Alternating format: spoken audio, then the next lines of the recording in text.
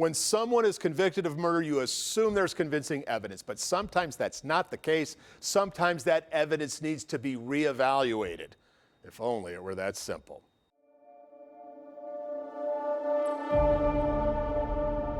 In 1987, Purvis Payne went to his girlfriend's apartment in Tipton County. She wasn't home. Payne says he heard moaning across the hall. He went to look, the door was open. Inside, 2 children stabbed, and in bed, Cherise Christopher with a knife sticking out of her throat. Payne says he tried to help. He pulled the knife out by the hilt. Then he heard sirens.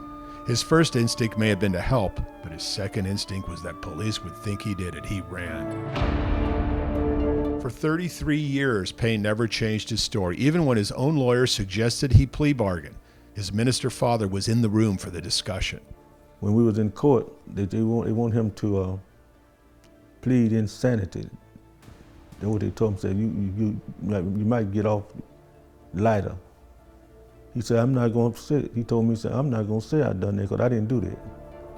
He said, I will be executed before I tell them that I done something that I know I didn't do.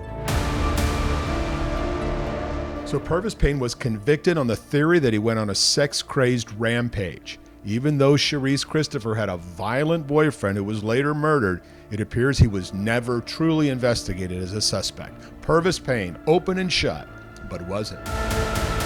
There were vaginal swabs, fingernail cuttings, there were photographs, a pair of men's glasses, not Payne's, on the floor.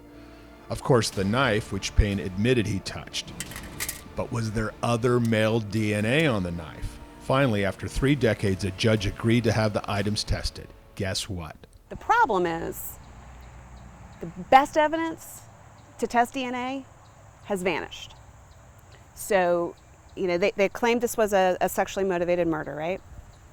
The vaginal swabs, gone. Victim's clothing, gone.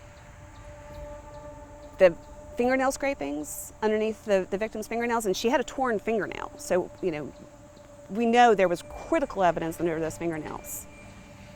Gone. They did produce the glasses and knife, and this is important. Both items had another man's DNA on them. Not enough to run through the national database, but still. Payne said he pulled the knife out by the hilt, and that is exactly where his DNA was found. No Purvis Payne DNA on the handle of the knife. Just think about that. Just from a common sense standpoint, if he had been the person to commit these brutal crimes, these stabbing a woman over 80 times, you would expect to find his DNA on the handle of the murder weapon. I mean, that just makes sense. Always love to laugh. For Sister Rolanda Holman, now a clinical researcher living in Murfreesboro, this new evidence confirms the truth. If everything aligns to what he said occurred, because for me, and those of us who know him, we know his character. We know that that was nothing in this world that would make him do anything so horrible like that. So when the DNA came out, we realized that, hey, this was a win for us because it aligns to everything that he said. So who could do something with this information? At this point, the new judge in the case, Governor Bill Lee. Are you concerned that there's just too much sloppiness in the investigation, missing evidence to actually go ahead and execute this man if the standard is reasonable doubt? This case, like every case, will be thoroughly examined, and we have already begun that process and we'll continue it, and each case stands on its own and we'll take it very seriously going forward. Even right down to Purvis's behavior in prison for 33 years. And then there is something much harder to investigate. Purvis Payne's character. I think character says a lot.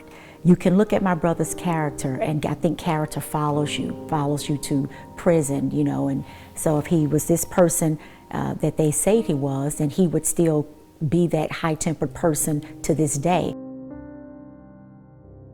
And what a record.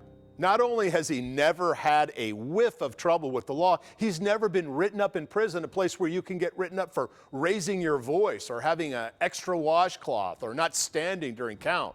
Could a homicidal maniac keep the lid on every day for 33 years? I'm Dennis Ferrier, Fox 17 News, your Code Red station.